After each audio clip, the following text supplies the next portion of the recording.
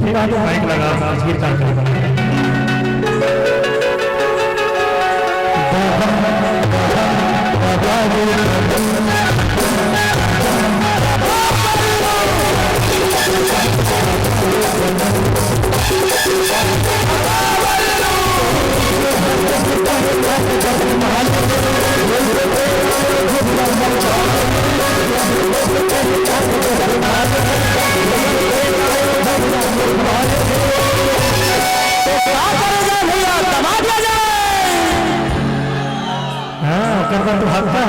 जय बुलावत नहीं जय बुलावत नहीं आवाज निकला, लेकिन किसान से बदनाम करना है सब चिल्ला ही दबाव, लेकिन जय बुलावत का पूरा हो नहीं निकला है नहीं तो हड़बड़ी में धीरे ठीक है कुछ आप खुश आ रहे हो ठीक है ना जल्दी हमें चला चला दिक्कत है देर के बाद चलिए सही धीरे धीरे धीरे धीरे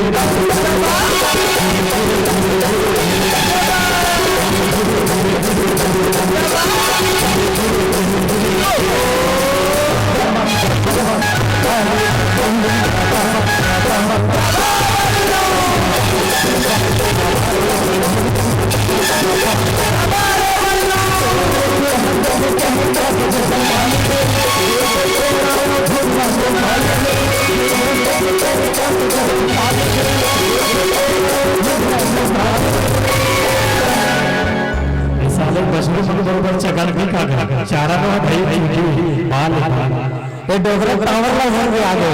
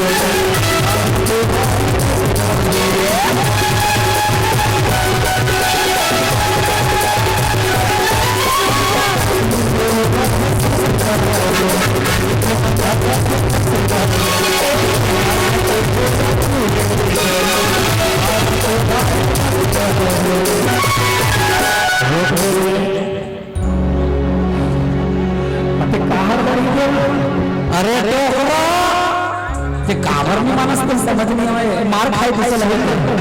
कभी भाग हम कहो गलती से पड़ जाएगी फिर समझ जवाब नारकोटा में पहुंच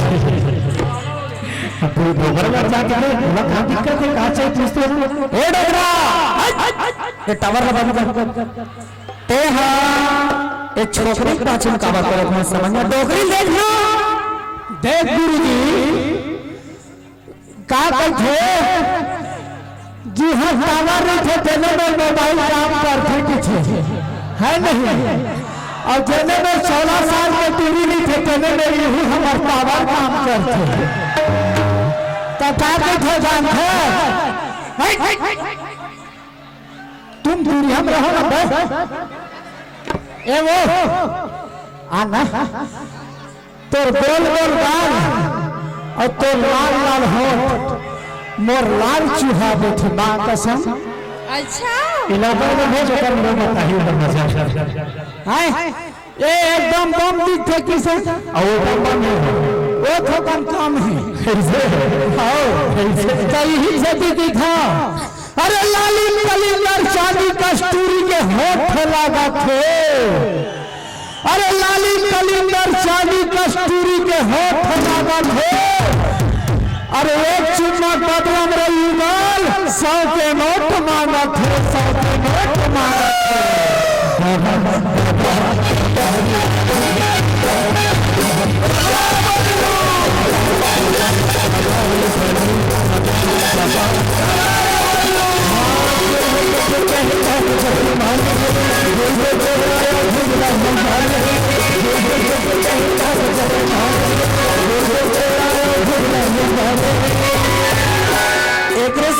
थे किशन भाई, कौन कहते डोकरा मन में जवानी नहीं हुआ है, कौन कहते डोकरा मन में जवानी नहीं हुआ। अरे सच बात है, ये पूरी मन के मेहरबानी नहीं हुआ दीवाना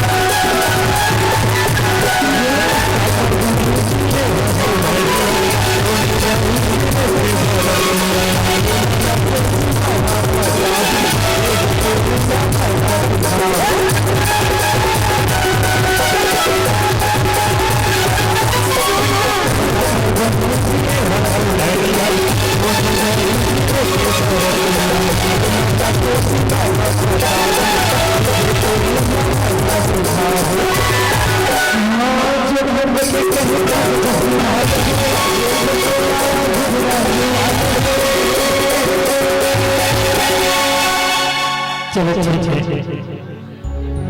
देखिए बस बड़ा है साथी वादी प्लान ऐसे देख किसान समय के हिसाब से जानवर चलते ऐसे है नहीं तो इसलिए देखा पर फिर ठंडा याद आ जाता। अरे हिरनी जैसे आंखें इनकी, अच्छा अरे जीभे खुला है। अरे हिरनी जैसे आंखें इनकी, जीभे खुला है। जब मटक के चलते ना देखिए टूआ मन के थे क्या जोरदार रसगुल्ला है। और मन के थे किसान थोकान दबा लेते खा लेते हैं रसगुल्ला वो आलू को भी भीतरी मारे दबा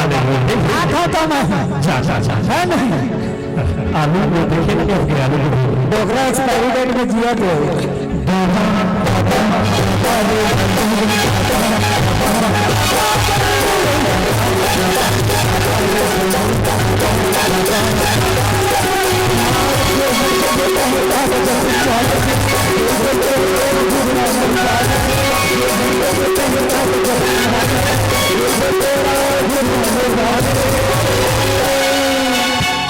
सेट हो गए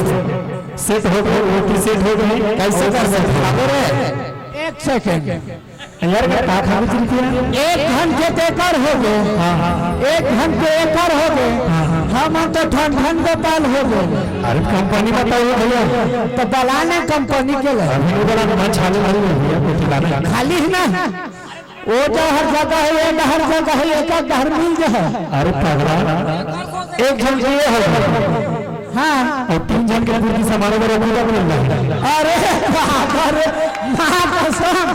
ए वो सुन बे बहुए तो चलते में मिलन कहूँ